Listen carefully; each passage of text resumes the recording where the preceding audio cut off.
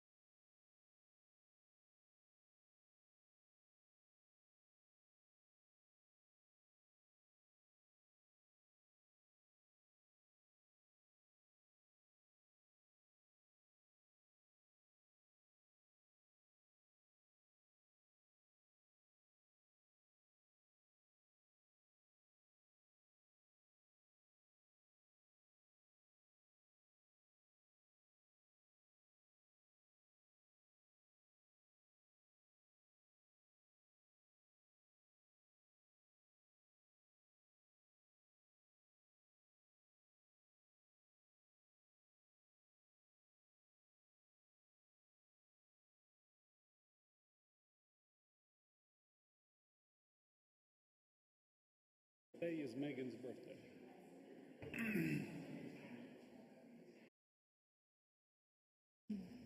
Ready?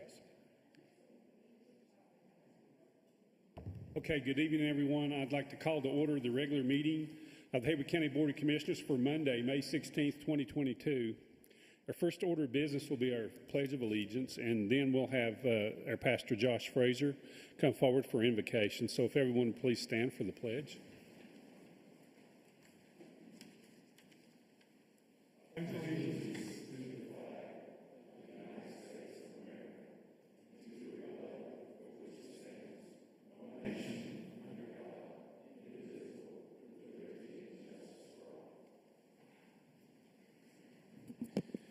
Let's pray. God in heaven, we thank you for another beautiful day. We can come together for this meeting, for the time that's put into preparation for this. We thank you for the different things that will be happening tonight, especially the awards for just good success in so many areas. We do thank you for all of our emergency personnel and people who help not only our county, but our local cities and our even greater, the state and federal governments. We thank you for all those who put so much on the line to keep us safe in so many different ways. We thank you for those who are here that make decisions. We pray for wisdom and guidance in all that they do. We ask that you would just help as the big decisions are made and even small ones. We pray that everything that would happen would be honoring and glorifying. We pray that as we seek to create an atmosphere and a place, a culture that people can live in and live in peace and harmony, we pray that it would continue and that people would just want to be here in a greater sense, and that people would understand and see how great it is to live in this beautiful area. We again thank you for all the blessings that you give to us. In your name we pray. Amen. Thank you, Pastor Josh. Our next order of business is public hearing And I have a call for a public hearing on Monday, June 6, 2022 at 9 a.m. Are we all right? Okay. For approval to rename the current road of Amity Lane in Waynesville, North Carolina 28786 to Windmill Lane. This is to comply with the address and road naming ordinance, Chapter 90.27, Section C, E911. And we have our address coordinator, Daniel Weemhoff, here. Did you want to say anything about that, Daniel?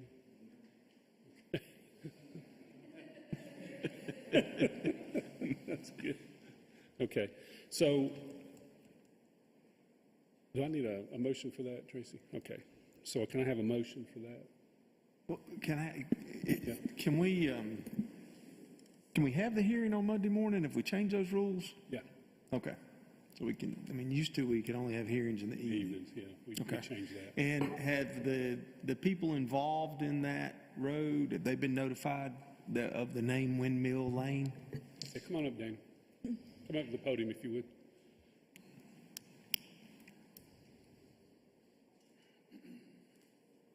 I'm not aware. I have not been in contact with the people on Amity Lane. On Amity Lane? Yeah. I was informed that Windmill Lane was going to be the new name, so. You were. I was informed that Windmill Lane was going to be the new name, so that is, as far as I know, that's all I know. Okay. Okay, so in order to do that, you got to have so many signatures. Yeah, this is a little different. We have talked to the current resident that was having issues receiving packages. I guess that's what before we brought this forward, we talked with them about an appropriate road name, and they've had more input than they did last time. Okay, good. So I think they're on board with the name change. All right. Okay. Okay. Thank you, Daniel. Yep. Sorry to make you do that. I know you didn't want to. Get it under his belt there. Okay, can I have a motion for the public hearing? So moved. Second. All those in favor say aye. Aye. Anyone opposed? Okay, we'll have that public hearing at our next meeting. Okay, next order of business is our public comment session. I do not have anyone that has signed up to speak. Would anyone like to address the board?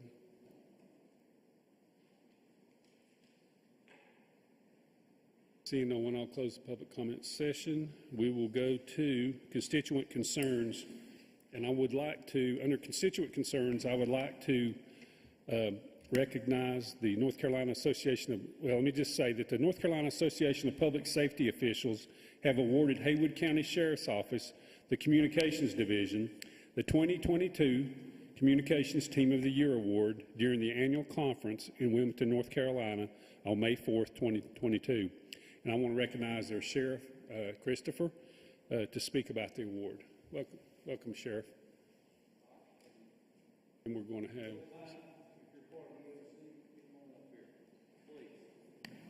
We got also Chanda Morgan.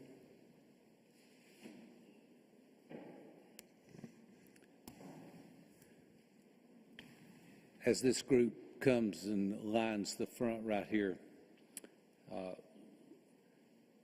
I just want to begin by saying thank you for allowing us to recognize them this afternoon. This is just this is about half of the group. The rest of those folks are still there working, pushing buttons this afternoon. As the sheriff of this county, it is truly an honor to get to work with people like this right here. These people answer calls and they save people's lives on a daily basis. And they're led by a wonderful lady that has this county right here, and that's in her heart. That's Chanda Morgan. I'll tell you just a little bit about the center. Not only do they dispatch for the sheriff's office, they also dispatch for the town of Clyde, which of course the sheriff's office handles their law enforcement business, and the town of Maggie Valley. They dispatch for 15 fire departments, 2 fire marshals, the entire Haywood County Emergency Medical Services team, the Haywood County Rescue Squad, and our search and rescue team.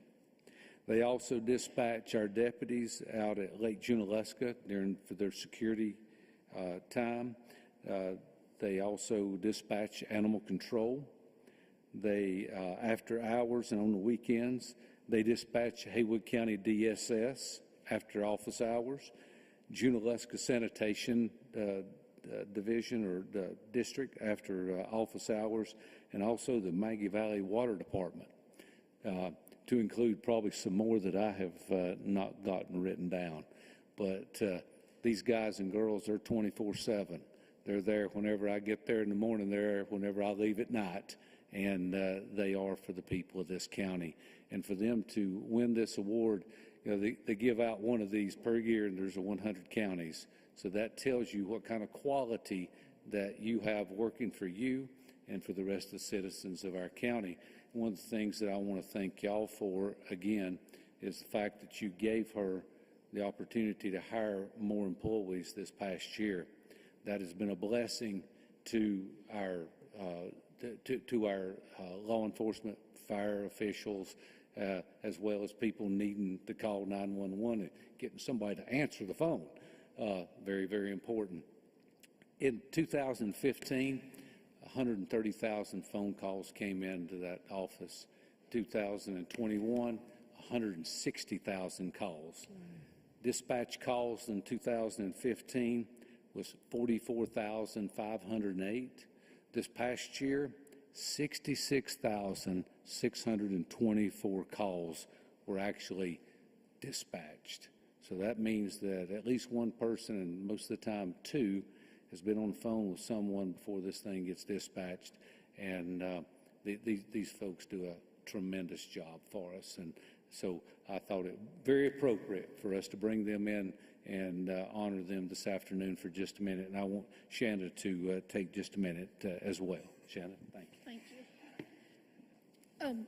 I'll just give you just a few words as far as the nomination. Basically, we were nominated because of the tropical storm. So, of course, everyone knows August 17th, Tropical Storm Fred made its way into Haywood County, bringing heavy rain. At 2:30 that afternoon, we received more than 14 inches of rain. 8 of the 14 inches fell in 2 to 3 hours at the headwaters of the Pigeon River, which began the flooding. Of course, the Haywood County 911 Communications Center became inundated with frantic callers trying to survive. 911 staff had the world of Haywood County dropped on their shoulders in a moment's notice. These men and women handled over 2,000 emergency calls in a few short hours. Some of these callers, unfortunately, could not be helped immediately, so decisions had to be made. Decisions made such as asking the person in need of help to fend for himself or herself and perform strategies such as getting in the attic, on top of roofs, moving to higher grounds, and any other means possible. None of these decisions came with any peace of mind. I believe the quick reactions by the telecommunicators this night saved numerous people from drowning. And again, on May 4th, 2022, we were awarded the Communications Team of the Year during the annual conference from the North Carolina APCO Association of Public Safety. And so at this time, I'm just going to call each one of them's name out and let them step forward. That way you know who they are. So Shift Sergeant Byron Davis, and then Shift Sergeant Zach Engel, Shift Sergeant John Pullen, and telecommunicator Autumn Franklin, telecommunicator Samantha Norris, telecommunicator Sarah Mahaffey, telecommunicator Heather Cagle, telecommunicator Carl Brookshire, telecommunicator Anna Carol Pope, and telecommunicator Hunter Kilby. And then lastly, I would like to present this award to the Sheriff Christopher, to be placed in the Communications Center to honor each member of the 911 team. Thank you.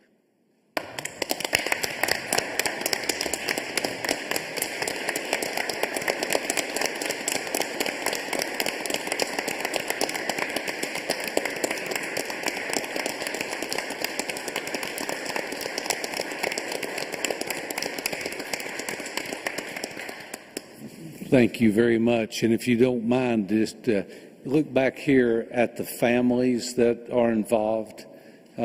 with making sure that this particular group gets up every day and gets to work or gets plenty of rest to be able to come in the next day. So I got moms and dads and children and all different kinds of people in between. And so I want to say thank you very much to everybody that's involved in this group of people's lives, because it takes all of us to do this. And I just want to say thank you very much, moms and dads, husbands, boyfriends, girlfriends, wives, whoever else is here. Thank you so much for being here with us and supporting this particular group. Thank you.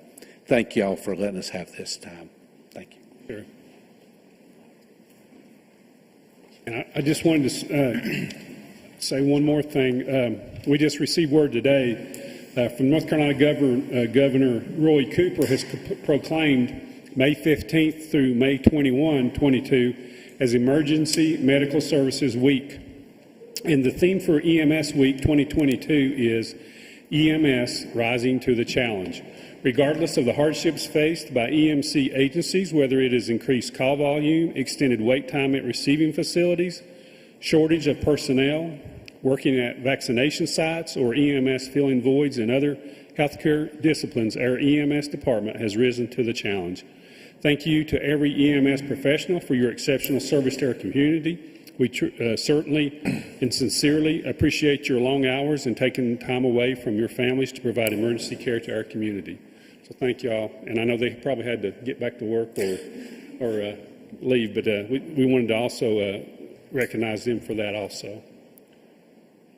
Okay, does anybody have any constituent concerns? Yeah, I had a couple of road issues. I know the foliage is greening up, and some people have some line of sight issues. I need to follow up with Bryant, and we'll get some DOT help on some of that. But also, the Great Smoky Mountains National Park had extended their period to voice our opinion on parking fees, and I think we did send a letter to protest parking fees for county residents that join the parks. I know several counties here in North Carolina and Tennessee had done that, and I know a lot of our families here have kinfolk buried down on the Smoky Mountains National Park, and they go down there very frequently. So we did send a letter, I think. Yeah, I think it's last week. Yeah. Okay. Anything, Brandon? No, I had a few, but got with Mr. Moorhead and took care of those. And also wanted to give a shout out to an event I was at yesterday. Is the drug awareness event. There was several folks out here on the courthouse lawn, and they done their walk. And I think everybody knows that's a huge problem here in our county and in our nation. And it was good to see the support that was here and that showed up. So I appreciate that. And just all the folks that we just recognized. You know, I've had the privilege of working with a lot of those folks throughout my short law enforcement career. Hadn't had to use them a lot by calling them for help, thank goodness. But, you know, these people deal with things such as talking somebody out of suicide to helping to deliver a baby. At times. So my hats are off to all those. Getting that number one slot is huge. It's big and it's important. I wish we could pay them a whole lot more than we do. But again, my hat's off to them, and I appreciate them. Yeah, I echo what Brandon said. That's a very impressive award, and congratulations for that accomplishment. I don't have any other constituent concern. I didn't have any concerns, but as many of you know, my family are firefighters, and I listen to the radio often, the radio traffic, and I have actually called in for a situation one time, and they definitely are the calm voice when you need somebody to listen to you. And when you hear the radio traffic and how they handle and dispatch all those things, it's a job I cannot do, and so I am on all of those that can. So congratulations, it's well deserved. Thank you, everyone. And I just echo what Brandon, I would like to have made that, and I wasn't able to because of the family obligations, but I appreciate all those that were there yesterday for that awareness walk. And then I appreciate the EMS. They're always very professional, and we appreciate all that they've done. And, you know, I was just wondering how many calls they received, and she said over 2,000 calls, and that was probably in about 3 or 4 hours. So that was a pretty stressful time, I'm sure. So we appreciate all the work they do. Okay, next order of business is agency administrative reports and presentations. And we have our presentation of the fiscal year 2022-2023 manager recommended budget. Brian, appreciate you getting this together for us.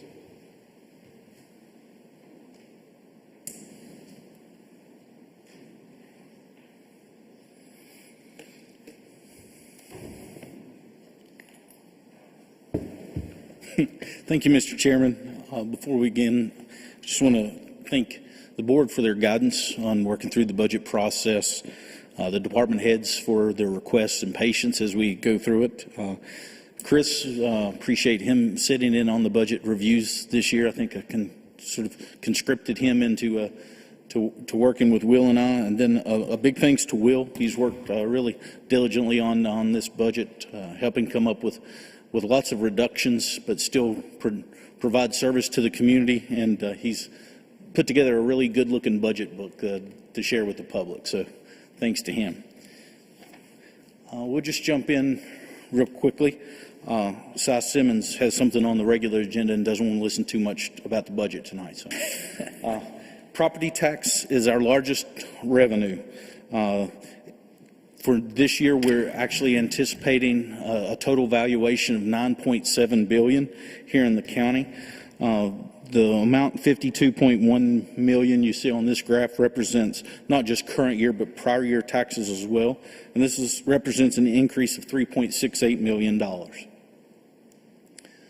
When you actually break down the property tax, we have about $44.1 million in real estate, real property taxes.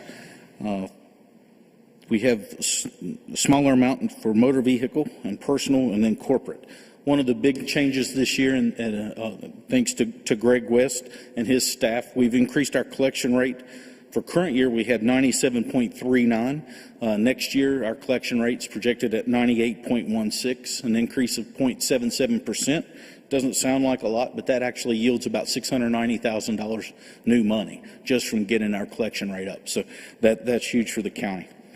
We also had new growth based on new construction, renovations, things like that. We've got about $800,000 in new property taxes. We have motor vehicle tax. Last year we talked about the values dropping. As you probably know, car values are going up. So we have about $247,000 more in vehicle tax. Personal property is an increase of $51,000, and corporate about a $19,400 increase on taxes. Please interrupt as we go through this. If you have any questions, just let me know. Sales tax is also one of our largest revenue sources. We have an increase of $3.08 million for next year. Keep in mind, we don't keep all of that. We share some of it with the school system, and the community college has Article 46 that is theirs. If you look at the county share, we're up about $1.98 million. Part of that is we have growth in the sales tax, but also fiscal year 22, we had a very conservative approach. We've not seen growth in sales tax that we've seen the last 2 years, so we're really cautious on that.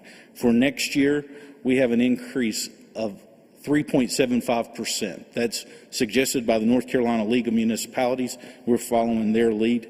Hopefully we outperform that. Questions on sales tax? I will tell you, the school system's increase is about $613,000, and HCC expected to get about $494,000 more in sales tax. So it's trending fantastic. Other taxes and licenses, this basically is an increase of $293,000. Register of Deeds and the TDA, Tourism Development Authority, make up most of that. Register of Deed tax is up $275,000, and TDA is estimated to be up $100,000. Both of those are fairly conservative estimates.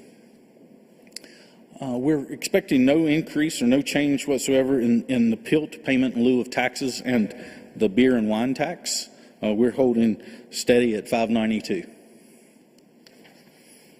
Restricted intergovernmental, this is a large increase of almost $921,000. A lot of what's driving that are fees associated with Health and Human Services. We've got an increase of $318,000 in the admin reimbursement account. Foster care state funds, about $95,000. An increase of $218,000 in dental clinic revenues. WIC, Women, Infant, and Children's, up $29,000. AFDC, Aid Family with Dependent Children, up $194,000. Permits and fees, slight increase of only $22,000. The big drivers in this are building permits, concealed carry permits, and plan review. All of the growth that we have estimated is in building permits. Sales and services, an increase of $291,000. Basically, the drivers are two things: EMS fees, as our call volume increases, the revenue's increasing, and inspection fees are up about $42,000. Investment earnings, we're leaving flat. Interest rates are up, so as we have more money to invest, looks like we'd get a little more interest, but right now it's not stable, so we're projecting a flat revenue for those. And miscellaneous revenue, it's a slight increase of $12,000. This is a catch-all for things that come in that we aren't they may not have trends. It may be selling surplus vehicles on gov deals or things like that. All of that money goes into the miscellaneous revenue account. That's sort of the summary for revenues. Anybody have questions on what's going on there? Okay. Shared with you a couple of weeks ago the expenditure drivers. Not a whole lot's changed, but I will go over those.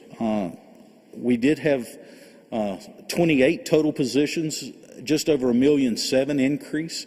But at the last meeting, we changed 6 part-time to 3 full-time positions for animal services, so they are not on the graph. But you can see we had 25 other requests, and none of them are approved. There's workload, there's lots of justification, but right now we were trying to hold the line and meet our fiscal responsibility. We do have an increase of around 5% for employees, 3% COLA, 2% merit.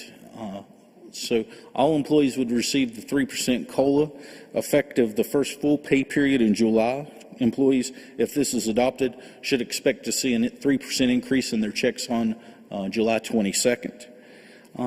We'll mention that the state changed the retirement rate for employers. It's almost up to 13% this year.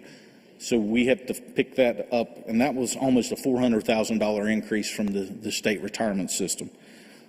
We do have the money in for the Christmas bonus, longevity, and 401k continue at 3%. The big driver is also the health plan. Medical insurance increase from $17,500 to $18,500 per employee.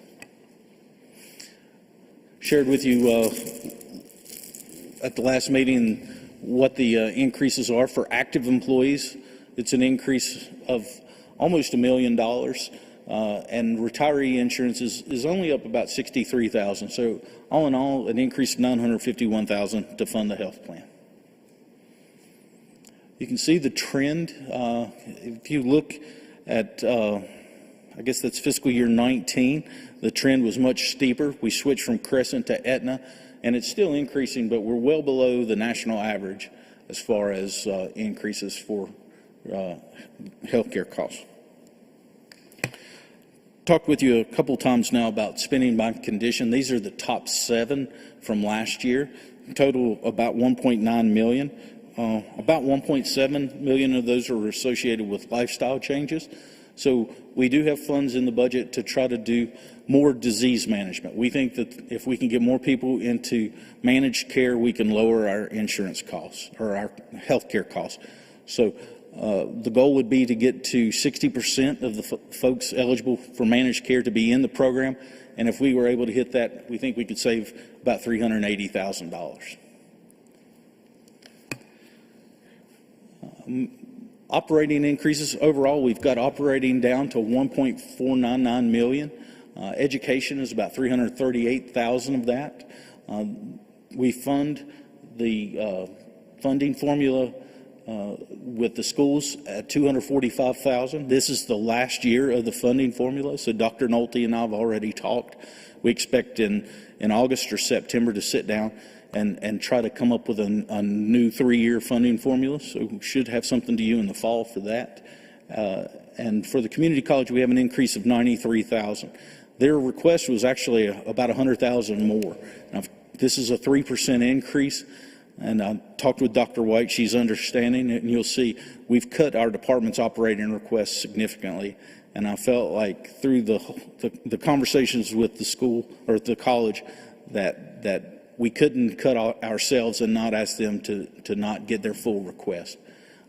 She understands that, and they will try to make it work for this fiscal year. Inmate costs are up $273,000. We also have an increase of $248,000 for fuel. And foster care costs are up, I think this is the 3rd year in a row, $115,000 estimated for costs related to housing kids in foster care. So the schools, we have 3.2 in for the community college. Their capital and debt are both funded from their Article 46, so that's not really on the general fund side, but it does $3.2 million for the community college. The school system, $16.7 million. Operating $900,000 for capital, and their debt's a little over $2 million. And like the college, the capital and debt come from sales tax allocations. Any questions? Vehicles. Current year, we were hoping to replace 24. We weren't able to. We have 3, as we're calling them, the holdover vehicles. Next year, we actually only need 23 vehicles. But the bad part is 4 of them are ambulances. So we have an increase of about $764,000 for vehicles next year. And basically EMS and replacement of those ambulances is driving the cost.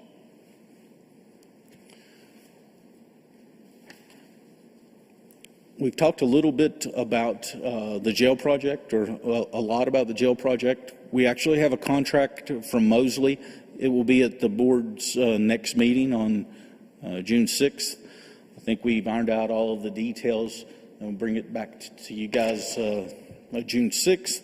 The loan payments will probably not start until fiscal year 24, and we expect those current market to be a little over $2 million a year.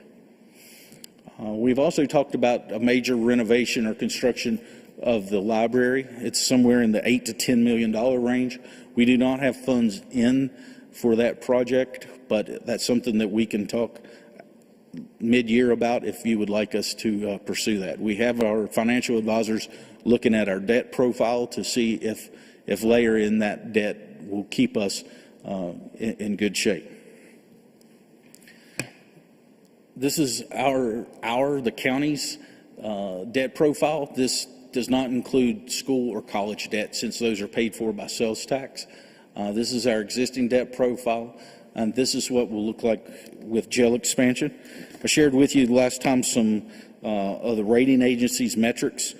Our current existing debt to assessed ratio is 0.44%. Moody's would classify anything under 0.75% as very strong, and S&P gives a positive adjustment for anything less than 3%. So from existing debt, we're in great shape. Existing debt to expenditures, it's currently 5.88%. S&P considers anything under 8% very strong. And a 10-year payout, meaning how much of your debt's going to be paid off in the next 10 years, 67% of our debt is. S&P gives a positive adjustment for anything greater than 65. So those are the 3 major metrics that are scored, and we're very strong in all of those. Outlying years mentioned the jail debt. We know that once we expand the jail, we'll also have some operating increases, staffing increases. We're also fighting what everybody else is as far as wage escalation. Currently 1% is about $380,000 when you factor in retirement and FICA and all of those things. And that ties pretty close to that managed care number. So if we can save some money on managed care, that covers almost 1% yearly. So that would really help. Service demands, we talked about the new positions that were requested, haven't been able to fill those. The school funding formula, and then inflation. We have cost increase not just for gas. I think Travis was telling us a box of latex gloves that had normally been $8, we're paying $32 for now. So those are the kinds of things that we face as a county, like homeowners do, just on a larger scale. So all in all, the general fund is up $6.65 million or 7.37%. The department request actually came in at a little over $104.7 million. So basically, we've cut $7.8 million from the department request for the budget that's before you tonight. This shows by function the growth in the budget. Public safety is increasing over $4.3 million or 64% of the total growth. Health and Human Services is increasing $2.16 million or 32.55% of the total increase. So if you just take public safety and human services, that's about 97% of the change in the general fund. And that makes sense because a lot of what's driving it is employee costs, and that's where the bulk of our employees are in those two functions. If you look, not just based on function of public safety, human services, and everything, but where the money goes, it's in salaries and benefits, $4.8 million. Operating is that 1.499 I shared with you earlier. So that is about 72% of the increase is related to salaries and benefits. It's a product of the full year of the pay and classification study we did. We've got the 2% merit, 3% COLA in for next year. We also added the telecommunicators the sheriff referenced. We've made a change for, I think it was 7 paramedics for EMS. So all of those are helping drive the costs. So we weren't able to do it without using fund balance. But over the last 3 years, we've steadily brought down our fund balance we needed to balance on July 1. So this year, 2 years ago, we were at 6.48, and then we dropped to 5.91 million. And for next year, we expect to use 5.36. But in 21, we actually added about $2 million to fund balance. So these are conservative estimates. I can't stake myself out and say that we won't use fund balance, but I feel really good where our revenue projections are and our expenditures. Other than the general fund, I need to review with you several other funds that we have. We have the health insurance fund. It's at $12.6 million. It's an increase of $923,000. We have a workers' comp fund of $606,000, but it's actually a drop of $100,000 for next year. We've had really good experience this year, so hopefully workers' comp claims level off. Separation allowance is for sworn law enforcement officers. No change there, $65,000. Our E911, this is funds that we receive from the state. It's a $416,000, but it's a decrease of about $49,000. And solid waste is a little over $5.7 million, but a decrease of $337,000 for next year. Other funds, more funds. Road District Fund is $252,000. It's a slight increase of $4,500. No rate increase for any of the road districts. Sanitary District is an increase of $3,117. No change in the rate. Fire District Fund, I'll get to in just a second. And funds 31 and 33. Those are where the school's debt comes from, and that's where the sales tax funds go into. We have several new funds, and these were created basically because of GASB 84. I think it was at the last meeting that Christian told you about those changes that are required. So Fund 60 is the register of deeds recording fees, $61,000. Fines and forfeitures, those are actually pass-through funds that go to the school district, those $350,000. And then representative payee, those are funds that we manage on behalf of folks that social services handles, and that's $910,000. You could think of both 61 and 62 as pass-through funds. Those are really not anything that we actively manage. The fire district fund is a little over 5.2 million for next year.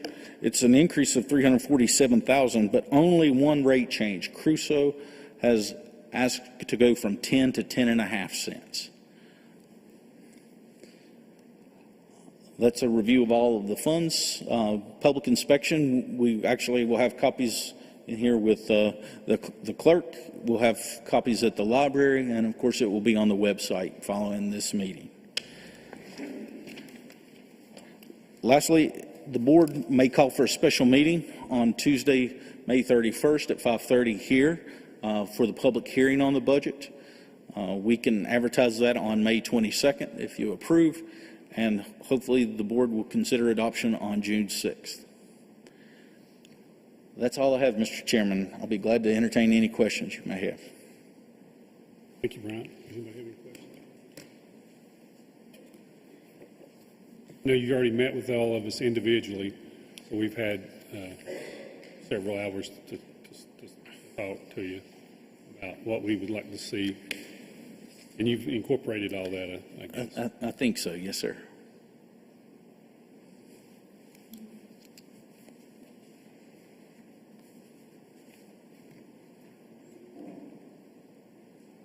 Do I need to, so the call for a special meeting, we need to do that tonight? No? Okay, we're just going to do it and advertise it on the 22nd. Okay. Okay. Questions at all?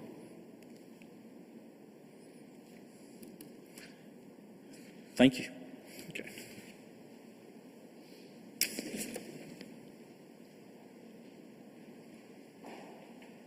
Okay, if y'all have any questions, we'll have our budget here and we can ask those. Y'all want to look over this. The manager also gave us a book that really goes more in depth than we can study. I'll be taking home tonight. Okay, the next order of business is discussion adjustment to the agenda, and I do need a motion and a second to adjust item 7 of the consent agenda. It's for the BUA amount of $215,667, and it needs to reflect $144,968 due to the state lowering the one-time low-income energy assistance program supplement payment, and approval for Finance Director Christian Owen to make all necessary accounting adjustments to reflect this change. And that was item 7. So basically, item 7 is going from $215,667 to $145,000 roughly. Well, $144,968. So moved. Second. Any discussion on that? All in favor, say aye. Aye. Okay. Does anybody have any other adjustment or discussion for the agenda?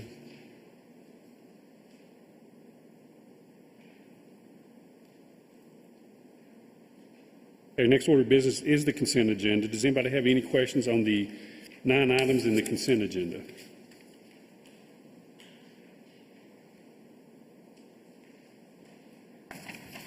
Hearing none, I'll entertain the motion we approve the consent agenda. So moved. Second. Second. Any discussion? Okay, all those in favor say aye. Aye. Okay, anyone opposed? Okay, it's unanimous. Okay, we'll move on to the regular agenda. And the first item is to request approval of a resolution regarding U.S. Highway 74 turn lane into Clayton Homes. And the county manager, Bryant Moorhead, and North Carolina Department of Transportation Deputy Project Manager Garrett Higdon is here to talk about that. Okay, come on up. If you would just make sure you speak into the microphone so we can all hear you good. Okay. Hello, everybody. I'm Garrett Higdon. I'm the Deputy Project Manager for Division 14, Department of Transportation, and we have sent in a request for a resolution to implement a safety project in front of Clayton Homes on US 74. Currently, the safety issue arose, and Division Engineer Wanda Austin approached me to kind of come up with an idea of how we can improve the safety issue. So as of right now, when Clayton Homes gets their new fabricated homes, they have to pass, they typically come from the east, they pass Clayton Homes, make a U-turn, and come back up, and then there's guardrail on both sides of their driveway. So as of right now, they are stopping traffic on 74. I don't know if anybody's run into that issue, but they're stopping traffic on 74 and backing their homes into their storage facility. So what the department is proposing right now, directly in front, in the median there in front of Clayton Homes, is there is both a east and a westbound, east to westbound and a west to eastbound bulb outs and U-turn lanes there. So what the department is intending to do is eliminate the east to west. So if you're coming from Silva, you would turn back and head back towards Silva. We will eliminate that U-turn and bulb out to allow the extension of the turn lane heading in the east or the westbound direction, to allow Clayton Homes to pull their tractor trailers in straight and then be able to turn straight into their facility and no longer have to eliminate and no longer have to stop traffic on the way in. Sorry. Okay. So that is what the DOT is proposing, and we will get on top of that, we'll have a signed document with Clayton Homes that they will no longer be stopping traffic to ensure that we will, that safety issue is addressed. Right. That's a busy road. It's a lot busier now than it was. You know, sometimes when I travel 23 to Atlanta, the roads going through Georgia are very wide because there's no mountains. Right. And when you get to the mountains, 23 becomes very narrow. And I noticed that, you know, as I drive back and forth, it really chokes down. And that section of the road through there is very busy. So I can imagine trying to stop people. You know, they're probably going 60, 70 miles an hour. Really, absolutely. And stuff. So that's not a good situation. So I appreciate y'all addressing this. So you need our approval? Yeah, I just need to approve. We have to have the Board of Commissioners approval in order to be able to request funding. Okay. Does anybody have any questions? Is there any other business along there that would be affected by taking out that other bulb out or U-turn? So I've looked into, we set a traffic counter out, and we found that the average daily traffic that uses the east to westbound turn lane, there's only 14 cars a day that use that turn lane. And then also there an additional about 2,300 feet up the road, there is another turn lane. So by calculations, you're adding less than a minute typically to run up and turn around at the next one. So approximately from right now, between turn lanes or U-turn lanes there, you're looking at about 6,200 feet, but only an additional 2,300 from what's out there that existing now. Okay, that's my other question, if there's one close by. So if there's one that close, then that's great to hear. So thank you. Anybody have any other questions? What was the traffic count through there? Did you get an actual traffic count? I do not have a traffic count on 74. The only thing that we did was just to see how many people used the actual turn lane. I apologize about that. What it boils down to, this is a safety issue, right? To expedite the mobile home turning and... Yes, yeah.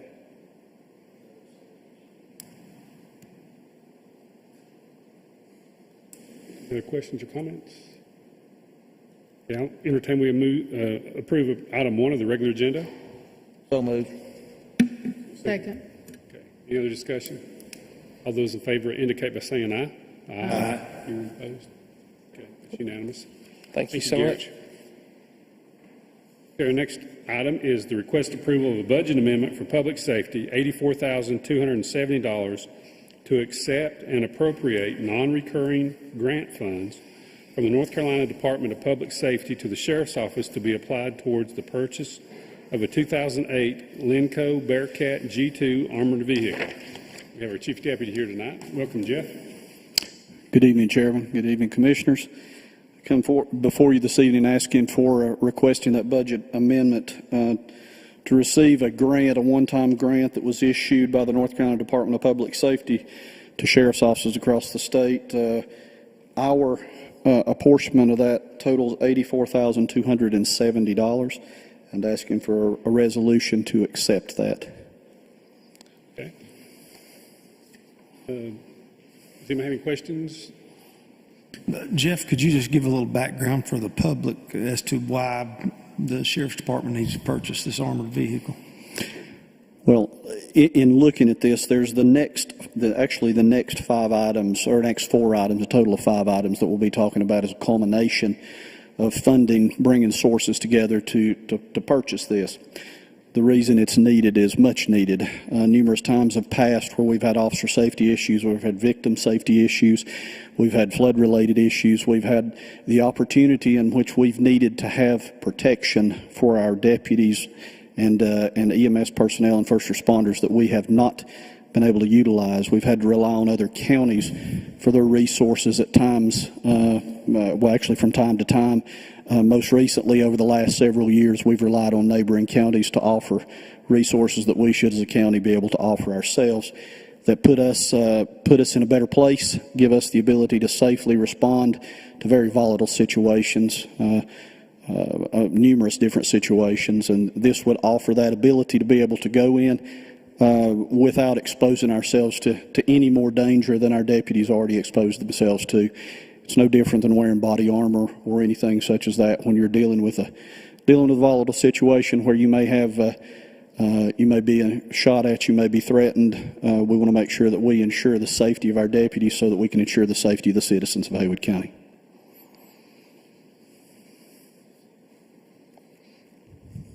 Questions? So skipping ahead down to item number 2D, which will ultimately be the approval of the purchase. It is a 2008, so I did a little bit of research on this, and it's quite an impressive vehicle. It is. And I'm assuming that I'm not questioning that we need it. What my question was really, we farm, and anybody that farms and has equipment knows the older ones are kind of hard to repair and get parts for. So will there be any issue with that, with it being a 2008? Very good question. The company, Lanco, is a worldwide international company that deals in situations such as this, from military to law enforcement as well too. And they have a program for refurbishing vehicles. This would be a full build with the exception of, and due to sole proprietorship pieces, and there was a sole source letter that was attached to that as well too, due to some of the product materials that are used and so forth, and not to compromise the company. The full refurbish, and that's what it would be, a rebuild, is sit on an F550 chassis, and the full from the inside to the outside is a complete rebuild. New engine, new chassis, new tires, new axles. So with that said, they warranty that just as a new build as well too. With the and it is not a used vehicle; it is a refurbished vehicle. Used being, I would say, the standard that they had not made a lot of improvements to. A refurbished would be a complete rebuild as described by the company.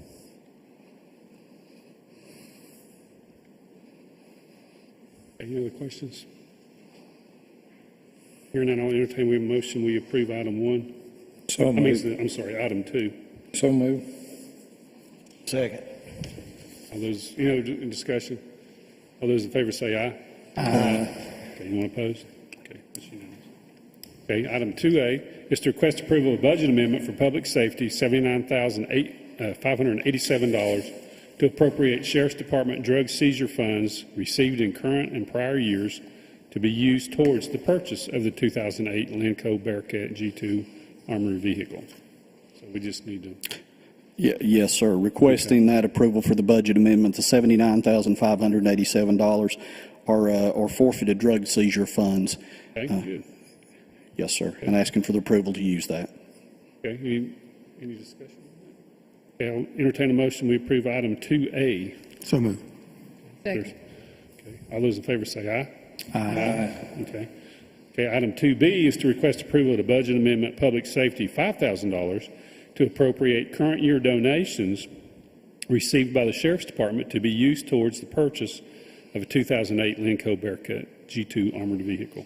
And that's, so you have folks donated $5,000. We actually have several, or quite a few benefactors, people that want to see the betterment of the office, and they're through their goodness, philanthropy, caring, interest, whatever that is, they offer those donations throughout the year to be used for certain things and to be able to supplement what we do have to continue to serve them. Yes, sir. Okay, so I'll entertain a motion. We approve item 2B. So moved. Second. Okay. All those in favor say aye. Aye. Okay, that's unanimous. Okay, item 2C is to request approval of a resolution authorizing the purchase of the 2008 pre-owned Lanco Bearcat 2 G2 armored vehicle from Lanco Armored Vehicles using the sole source exception to the competitive bidding process for the Sheriff's Department. Go ahead, Jeff.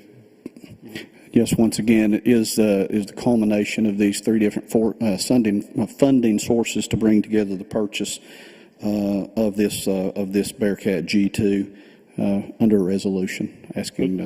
So they're like the only ones that make it, really. I mean, one of the few people that make it. One of the few internationally, that is correct. Right, international. Wow. Any questions on that? Okay, I'll entertain a motion. We approve item 2C. So moved. Second. Second. Favor say aye. Aye. Okay, that's unanimous.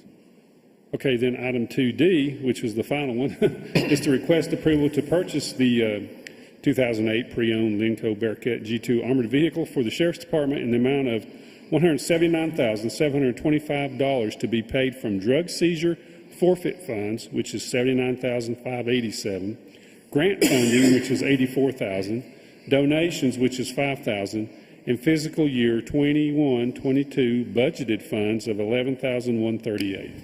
So that kind of culminates what all of it is. Yes, sir, it does. To add to the budgeted funds of $11,138 of currently budgeted for this fiscal year. Yes, sir. Okay. So moved. Okay, second. Second. Any discussion at all? Okay, all those in favor say aye. Aye. Okay, that's unanimous. Okay, so congratulations on that. Thank you. Okay, item 3 is to request approval of a resolution authorizing the purchase of Motorola cameras for body, vehicle, and interview room, including the sole source exception to the competitive bidding process for the Sheriff's Department. Okay, Jeff, go ahead. Yes, this evening we are asking for approval to purchase the Motorola cameras for body and vehicle and interview room for the Sheriff's Office in the amount of $275,353.50 to be paid for out of Capital Project Fund 45. What this does is it continues an already existing program of dash cams, and it expands that dash cam program to include all our marked vehicles and to include a body cam program and an upgrade to our 2 interview rooms to a different format that's more compatible with software as recommended by IT in order to manage interviews and such with suspects and victims alike. And that would continue this ongoing program and expand this ongoing program. We got any questions? I'll entertain a motion to approve item 3. So moved. Second. Any discussion? All those in favor say aye. Aye. Anyone opposed? Okay. Then item 3A is to request approval to purchase Motorola cameras for body, vehicle, and interview room for the Sheriff's Department in the amount of $275,353.50 to be paid from the Capital Project Fund 45. So you kind of explained that. Yes, in explaining that is a continuation, and in lieu of full transparency as we move ahead, we want to make sure that we document in every way possible through dash cams, body cams, and the activities of our deputies for many, many reasons. So this will just expand that program. Yes, sir. Okay. I'll entertain a motion. We approve item 3A. So moved. Second. Okay, any discussion? I got one question. Chief, will each deputy have a body cam in each car? So I assume 100%. Is that correct? That is correct. Currently we have 27 dash cams that are in operation right now. This will allow us to take that. We'll purchase 8 more to round that number out as far as the vehicles go. This will allow us, which back to the dash cams, we utilize those as a piece of equipment that's installed each and every year in the upfit that is passed through this board as well too, each and every year. So we just need 8 more to bring us up to speed with the existing fleet as it stands. This will also have us purchasing 64 body cameras, which will do exactly what you had said, and it will increase or upgrade the interview room capabilities of audio and camera as well too, for suspects and for victims or for anyone we need to record an interview. That's within the office of the sheriff as well. I know we're buying some cameras that we've bought in the past, sounds like. From a quality standpoint, I guess the quality of these is what we need. Or I know what I've learned here, what Joey shared with me earlier from our cameras here. Sometimes spending a little bit more money, you get a whole lot better quality, of a camera. So I assume that these are good quality. And what you'd like to have, I guess, is what I'm asking. Yes, and based upon our existing system that we're currently using, this is compatible with that. It also upgrades that system as well too, so that we don't have issues. This includes a cost of cloud storage as well too, which the storage of the cameras on site is something that becomes astronomical over the years. So with cloud storage, that helps us to do that as well too, and it continues the product that we already use, so that we don't have any compatibility issues as far as software or hardware. That's correct. Okay, thank you. Yeah, I think this will really make everything safer, because that way, everything's filmed and you can see what happened, exactly what happened, and then, and that's what happened. And you can see the tone and hear everybody's voices and everything. So I really think cameras don't lie. Huh? Cameras don't lie. Right? Yeah. How long do you have to keep that evidence or those recordings? Is there a limitation? It depends. In the North Carolina State Archives, we entered into a resolution as a county and as a board. There's a schedule, a retention schedule that we have signed into. It depends on what the charges are. It depends on information based upon the district attorney's office and what the Madam District Attorney sets as well too. And depending on what charges, what they are, what they're affected, everything from homicide, there is no limitation. It could be throughout a lifetime, all the way to a normal 30-day or 28-day cycle, depending on what the district attorney wants to set that limit at. And we base the retention piece on the retention schedule from the North Carolina State Archives. As we used to say in football, after a game and they play the film and say the big guy in the sky does not lie. So you can't tell the coach you didn't do something when he's on film and you see it. So, okay, so we have a motion and a second. So any other discussion? I just would say, after practicing law for 27 years, and I don't do as much criminal work as I used to, but this is something that it protects law enforcement. It protects the person that's being arrested. It reduces time spent in court. I mean, when you're representing the defendant and you show them the film of what happened, the case kind of collapses pretty quick. So it's very important to have this, and I'm glad that we're doing this as a sheriff's department. I would think that would save the court's money also. Oh, yeah. Believe me. And everybody, time and money, so, okay. Any other discussion? Yeah, all those in favor say aye. Aye. Okay, you want to oppose? That's unanimous. Thank you. Thank you. Thank you, Chief Jeffrey. Okay, number 4 is the request approval to accept the State Capital and Infrastructure Fund grant in an amount not to exceed $77,602 to replace the roof at the Clyde Armory. Approval for the county manager to execute all documentation pertaining to roof replacement, and approval of agreement between Southwestern Commission and Haywood County for said grant. And we have our Community and Economic Development Director, David Francis, to talk about that. Hey, Dave. Good morning, Commissioner, or good evening, Commissioners. First, I'd like to thank Russ Harris with Southwest Commission for letting us know this grant was available, and for Senator Kevin Corbin for allocating this money for our area and county. It was really appreciated. So what this grant will do, we'll be able to replace the roof at the Armory. We received a CDBG grant several years ago, and it's been a slow rollout from the state office about getting those funds available. We were approved in November of 20 for that, but we did not receive the official go-ahead until November of last year that we could proceed. And then we sort of had some dialogue back and forth because due to the lead abatement that needs to be done in the facility, we now believe there's some, we would do some more asbestos and, excuse me, not asbestos, but paint abatement there that from the lead paint that needs to be checked as well too. So we've been having some dialogue about them about capturing the lead from the shooting range and the lead from the paint as well too. So it's been a little bit slower rollout. And since that time, the roof has become a little bit more unmanageable and deteriorated to a point that needs to be replaced. And we had put the money in the budget for that, but so luckily this grant came along and we were able to access the money for that as well. So we're going to put a new roof and new gutters on that, and we'll only have to access about $15,000 out of our budget for this. It was a good win for the county. Anybody have any questions? No questions. Thank you. Sure. Yes. Some of these, good to be able to write some of these grants and see them come through. That's for sure. Yeah. Yeah, for sure. Okay, I'll entertain a motion. We approve item 4. So moved. Second. Okay, any discussion? Okay, all those in favor indicate by saying aye. Aye.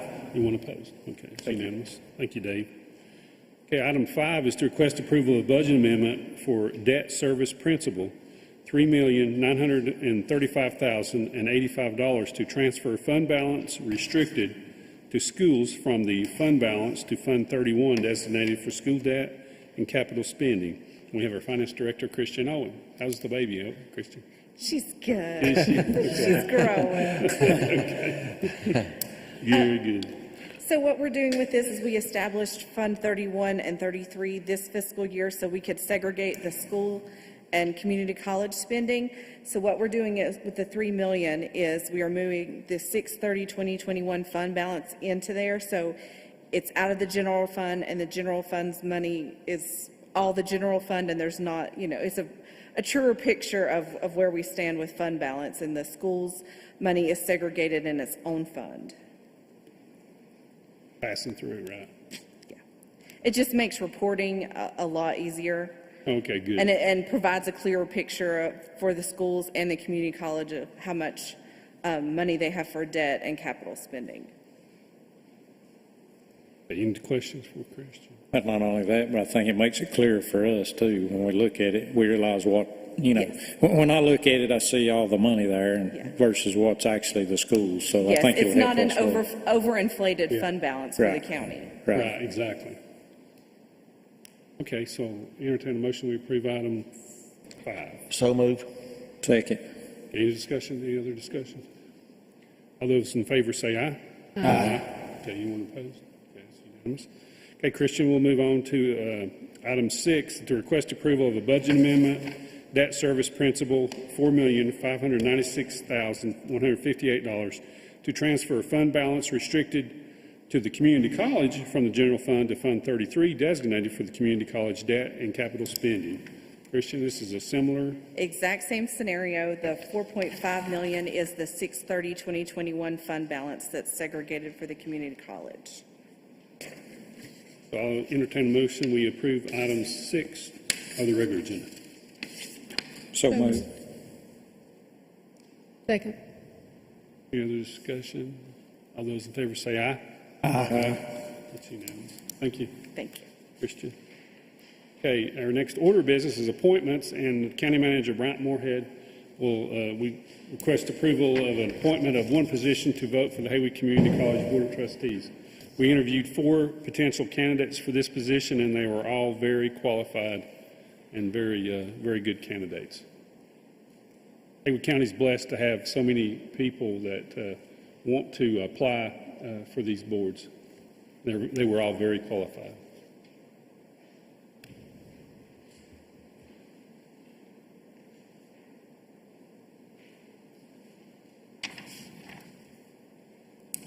While everybody's voting, I would like to reiterate what Mr. Chairman said. It's a pleasure to sit in some of these interviews. Quality people we had on this this round of interviews for this board. It is amazing. We're blessed here in Haywood County with folks like that who want to step up. I wish I could put them all on, you know. Yeah. So. Extremely qualified, no doubt about that. You could throw a dart at this one and you'd be fine.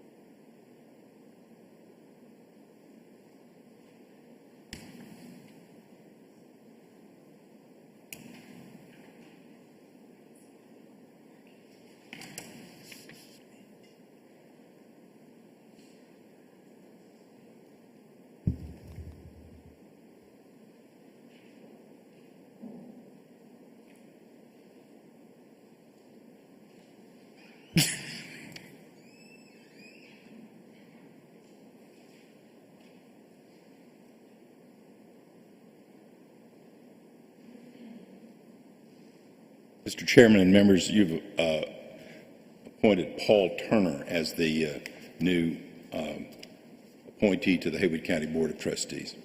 Thank you, Frank.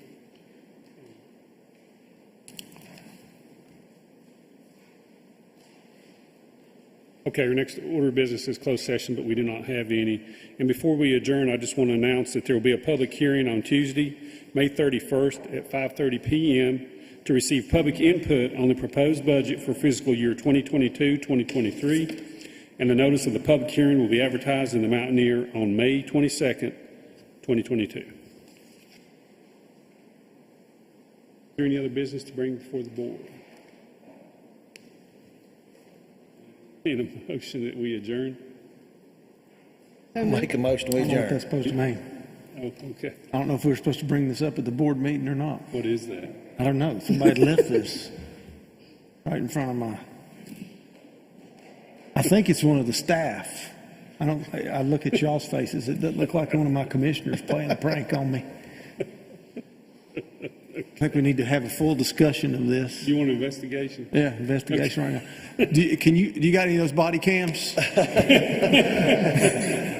Does the camera, does Joey know if the cameras run during all the time here? Cameras don't lie, do they? That's right.